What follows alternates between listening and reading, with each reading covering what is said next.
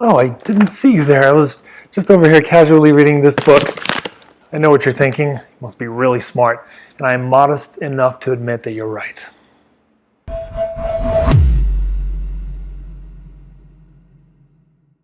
Welcome to the 10-minute UFC breakdown. On this episode, I'm going to be going into the Darren Till versus Robert Whittaker UFC Fight Night card coming up this weekend. Before we go into it, check out my podcast, subscribe, follow me on Instagram and Twitter. All links are below. First up, we've got the main event between Robert Whittaker and Darren Till. Till is a southpaw with a solid left hand and left kick, generally low output, only lands when moving forward, never really on the counter. Whittaker is a former UFC middleweight champion. He's a pressure fighter with high output. He used to have a heavy right hook, but hasn't knocked an opponent down in a long time. He is also a southpaw. Now, there's a major disparity in output in this one. Whittaker has landed more strikes in his last 4 fights than Darren Till has in his entire UFC career of 10 fights. There's also the issue of durability. Both guys were either knocked out or TKO'd last year. Darren Till by Jorge Masvidal was knocked out cold. Whittaker was TKO'd by Israel Adesanya, but it was later in the year. Now, I think one of the biggest factors is simply that Robert Whittaker has competed for 5 rounds many, many times at this point, whereas Darren Till has only done that once, and you could argue that he should have lost that decision. I like Robert Whittaker to put the pressure on Till. Till never gets a knockout, never wins a fight if he's on his back foot, he's being pressured. But he does do well if an opponent's really taking it very easy, staying at a distance, letting him choose his shots. That's not going to be the case here. I like Robert Whittaker to win this one big. Next, we've got Mauricio Shogun Rua going up against Little Nog, Antonio Rogerio Nogueira. Little Nog is 2-4 in his last 6. Recent stoppage losses to Ryan Bader and Ryan Spann. He's got wins over Sam Alvey and Patrick Cummins in the last few years. Shogun still has power in his hands, decent chin unless his opponent has real raw power. Shogun will fight through those moments where he's hurt. 4-1-1 in his last 6 fights, which is great. 2 wins by stoppage. He beat young guns like Tyson Pedro and Corey Anderson and lost to Anthony Smith, and most think he deserved the Paul Craig fight. Their first fight in Pride was my favorite MMA fight for years. That's part of what introduced me into the sport. The second fight, 5 years ago, Shogun was landing with kicks until Little Nog hurt him with a counter right hand. So Shogun kind of survived that first round and then was able to win the second and third rounds by getting takedowns and out-kicking him for the most part. Shogun keeps trying and keeps fighting after he's hurt. So even if Nogueira might hurt him here, I expect that Shogun has a good shot of continuing to fight through that moment like he did in their last bout. Whereas Nogueira, if he gets hurt, it's probably all over. On top of that, Shogun showed that he has a wrestling advantage and he's able to get that top position. He's got a kicking and kneeing advantage in this matchup, so I like Shogun to take the fight. But man, at this point in their careers, either guy can land a clean right or left hand, and this fight might be over. Next, we've got Fabricio Verdun versus Alexander Gustafsson. Verdun was on a 6-fight winning streak, including the title win over Cain Velasquez. He is 3-4 since then. He's probably got the greatest resume in heavyweight history with wins over Overeem, Fedor, Nogueira, Mark Hunt, and Cain Velasquez. He's mostly a jiu-jitsu fighter with improved striking, but came back looking weaker and less athletic after popping for steroids recently. Gustafsson started his UFC career at 7-1, and then 3-5 since then, including losses to Cormier and the 2 losses to John Jones. Following that loss to Anthony Smith, he retired and now is kind of making his comeback. He's got active footwork, good hands, and good takedowns. Likely going to be the faster fighter in this matchup. I think the odds are way too wide apart in this matchup. Fabricio Verdun has a much better ground game than does Anthony Smith, who just submitted Alexander Gustafsson about a year and a half ago. So there's definitely good reason to think that Verdun can do some damage here. I think that as long as Alexander Gustafsson has got all his bearings about him, as long as he knows he's in a good mental state, he has the skill to win this fight, avoid takedowns, and outstrike Verdun, largely with speed, less with power. But if Verdun takes him down once and takes his back late in a fight, I can see Gustafsson getting a reminder of that John Jones situation where he was pounded out in their second bout and submitting like he did against Anthony Smith. So it could go either way. I am favoring Gustafsson very slightly. And next up, we've got Marina Rodriguez versus Carla Esparza, a strawweight bout. Rodriguez is an undefeated prospect, great Muay Thai stylist, tall and relentless, trains at Tiger Muay Thai with Rafael Fiziev and Piotr Yan. Carla Esparza is a perennial top 15 fighter at 115 pounds. 3-fight winning streak right now, 2 super close wins over Alexa Grasso and Michelle Waterson. She's a solid wrestler with improving hands, and she trains under Colin Oyama. The reason that Rodriguez has 2 draws in the UFC is because she gave up takedowns and was dominated in one of the 3 rounds in both of her bouts against Calvillo and against Randa Marcos.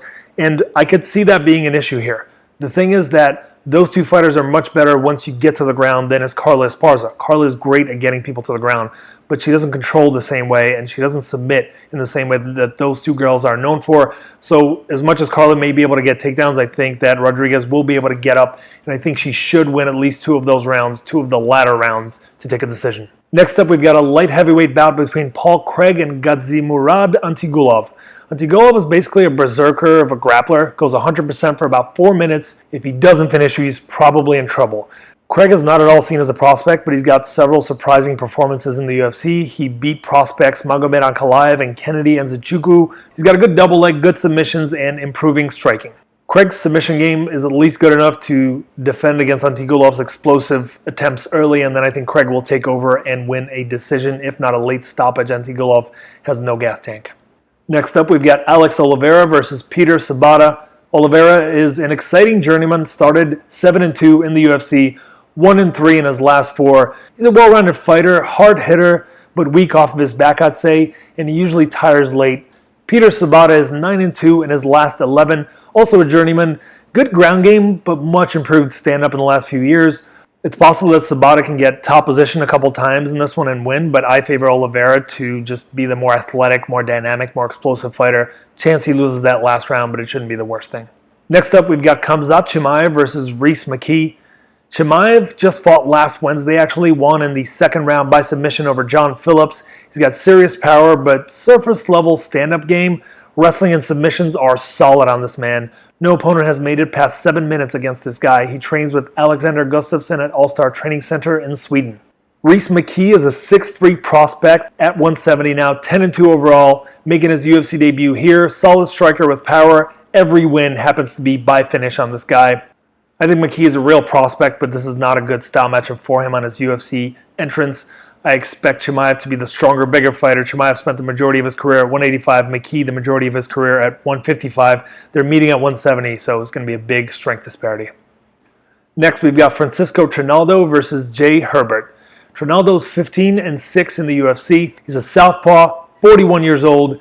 Good jiu-jitsu, counters whether he blocks or gets hit, and he has real power in those hands. He tends to slow down later in a fight, but continues to pressure for the most part. Jay Herbert trains with Tom Breeze and Leon Edwards.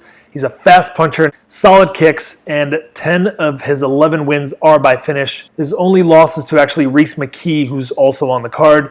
And in this one, again, I think Herbert is a solid prospect, but his welcome to the UFC is kind of a rough one. I think that Trinaldo should be able to pressure his way into takedowns and occasional big shots, and he should be able to survive the majority of Herbert's offense. I do worry about the age discrepancy here. At some point, Trinaldo's suddenly going to look really old, and it could just be this fight against this incredibly talented striker. And next, we've got Nicholas Dalby going up against Jesse, the body snatcher Ronson. Even though Ronson is 21-10, he is 6-2 in his last 8 fights. He's a heavy-handed southpaw striker. Dalby is undefeated in his last 5 fights, came back to the UFC after alcoholism drove him out in 2018. He beat Alex Oliveira in his return. Overall well-rounded, plenty of heart and gas, and he really likes to pressure.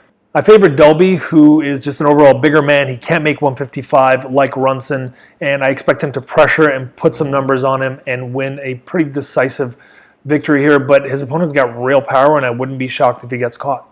Next, we've got Jake the Prototype Collier against newcomer Tom Aspinall. Aspinall has power and speed for that size. He can't be taken down and controlled by a more seasoned opponent. Jake Collier started his UFC career at 185 pounds 6 years ago. He's kind of a decent mid-level fighter with serviceable striking and a good spinning back kick. Aspinall weighed in at 254 pounds for his last fight, which is about 70 pounds more than the weight that Jake Collier spent the majority of his career at, 185. So I like the legit heavyweight here with serious power. Next, we've got a pair of prospects, Movsar Evloev versus Mike Grundy. Grundy is a high-level wrestler developing quick hands with natural power. Evloev is a super prospect, great wrestling and developing boxing game. He's 26 years old, trains with Tiger Muay Thai, undefeated at 12-0.